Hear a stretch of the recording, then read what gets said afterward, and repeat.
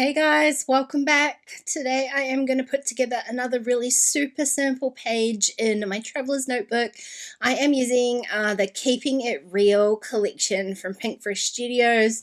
I bought this at some point in 2021 and I've barely touched it. So it's in my must-use drawer. So I'm going to try and use up, well, really a stack of it today. Mostly these die cuts, I really want to use up some of those. So I'm going to use them as kind of a design feature today. I've got this photo of me at the end of last year. I had like a few days left to work before the Christmas break, and man, was I feeling it. So this collection seemed kind of perfect for that. I've just gone through all of those little die cuts and pulled out like more than I'm going to need, but I pulled out any of them that I thought kind of might work. I started off by choosing kind of bluey green colored ones because I really want to use the like real life die cut. It's kind of like the biggest one. It's going to end up being sort of the title for this page. But as I went along, I pulled out a few different other colors. So you can see there, I've sort of split them into two piles, and I'm going to end up combining them both, to be honest. I wasn't sure whether I was going to go for more of a like monochromatic look. And so I have kept them separate for now, but I'm going to end up combining them because I love them all too much to separate them.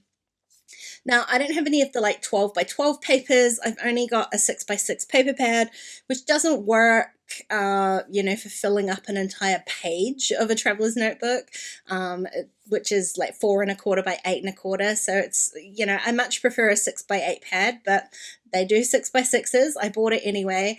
This is just a really simple way to use like one sheet to kind of, it's not filling the spread, but it's at least adding a little bit of pattern and a little bit of color. You could definitely go like more pattern heavy than I have. I've picked out a really simple pattern from the pad, just this bright yellow kind of spot in here, and I've trimmed out 2 corners of it, so I'm still left with a little scrap. I haven't quite used that whole sheet of 6 by 6, but I've just added the 2 corners to each side of my spread, which gives me this really strong graphic kind of diagonal through the middle with a lot of white space.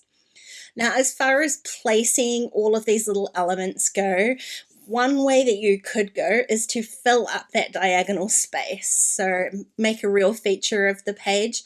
What I'm doing though is I'm going to do kind of the opposite of that. So at the moment I've got a really strong upward line from the bottom left to the top right, and I'm going to do the opposite of that with my little die cuts. So I'm going to start at the top left and work my way down to the bottom right corner. Just gives it kind of a little bit of white space on either side. It helps to help those like die cuts to stand out a little bit, but what I enjoy is the resting space for my eye, so it stops what could be a really busy page from being too busy and everything looks a little bit more purposeful.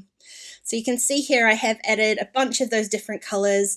I also have some stickers from this collection, so I'm going to add those in as I go as well.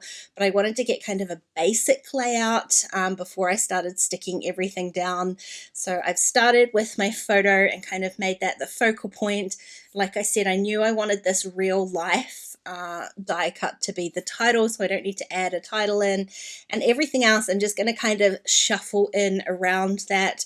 But I do want to mix up, I guess, some of the textures in here to stop the page being too flat, so I'm going to add some of those little puffy stickers in as well. So it's just a case of kind of juggling the die cuts and the puffy stickers to make sure that everything's nice and balanced, both visually so that I get that nice strong line, but also as far as the colors go. So I don't want all of the like pink ones all in one area or all of the teal ones in one area. I kind of want to spread out that color and just keep it a little bit more balanced. Now the other thing that I've got in there is that little circle note to self piece. That's from a Heidi swap. I think it was a Stop the Blur kit. And so I'm going to use that for a very, very small amount of journaling that I'm going to add to this page. I think the photo really says it all. I don't need to add too much in there. I'm also going to add the date onto this one, so that also helps kind of explain the photo. But I'm not adhering that down yet because I'm going to run that through my typewriter. So I'm just keeping it in place. But it is a pretty strong kind of graphic element with that circle, so I wanted to make sure I added another circle in there so it didn't kind of stick out like a sore thumb. So I am adding things to both the top and the bottom of the page as well, so it's kind of like those die cuts are spilling off.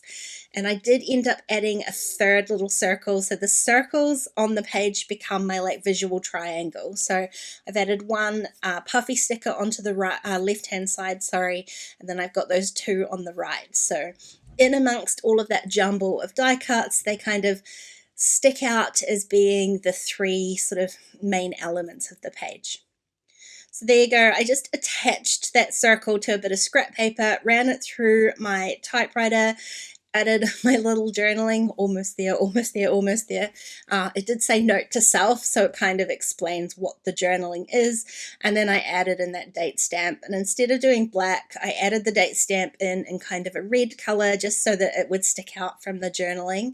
And then I'm going to fill in some of these gaps with some Nuvo Drops. I barely ever pull out my Nuvo Drops because we're not great friends. I only have a few little bottles left, and this is kind of a pink glittery one, so it works nicely with the color scheme, but it's also a bottle that that I'm friends with. I don't know how better to explain it. It's never done me wrong, this one. It's never exploded, it's never splattered, it's never gummed up.